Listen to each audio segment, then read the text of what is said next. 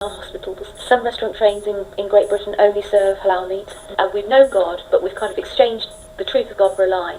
We've approved the lie in the law, we practice the law, and we punish those who speak out against it. So it's a real Romans 1 picture. But somehow this ideology tolerates Islam. So we will have in our courts prayer rooms, quiet rooms, with the direction of Mecca actually fixed on the wall, and prayer mats. These aren't Christian prayer rooms, they're Islamic prayer rooms.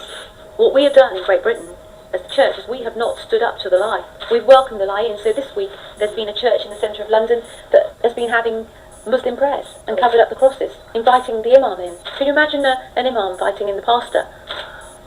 So we've had that this week. We've got gay clergymen marrying one another, two gay, locks, and nobody's saying anything about it. So the question is, but how has this happened? It's because the church has been silent. And I think when I look here in South Korea and I see all these amazing Christians and amazing movements, I say, do not get too busy running your programs. Do not get too busy looking just after one another and building your ministry streams and your Bible studies and even your good works.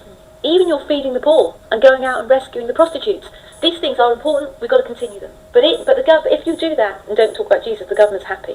What you've got to do is engage, whilst you still can, with the government, with the powers that be, on the issues that are truth issues, that will impact whether or not South Korea stays Christian, whether or not it stays this fantastic and free and wonderful country, which it is, and that's in large part because it's Christian infused. And if not, you're looking down the barrel to England and to what we've lost.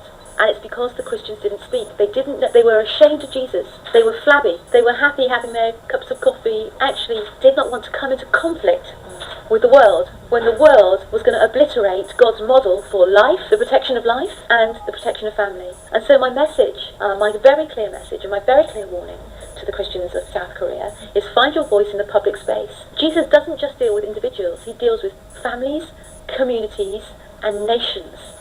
South Korea belongs to Jesus. South Korea needs to be a beacon on the hill of the world, standing against the lie that does no one any good, not even the homosexual, which is the whole freedom of homosexuality, the redefinition of marriage. This is an assault on God's model for family.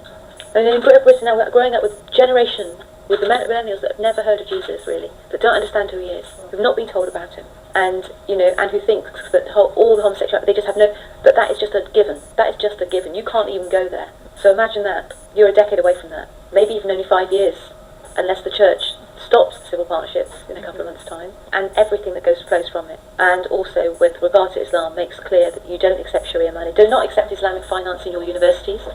Do not accept Islamic finance in your industries. Do not accept Sharia compliant finance in business. Just do not do it. If they want to do business, it has to be done the South Korean way.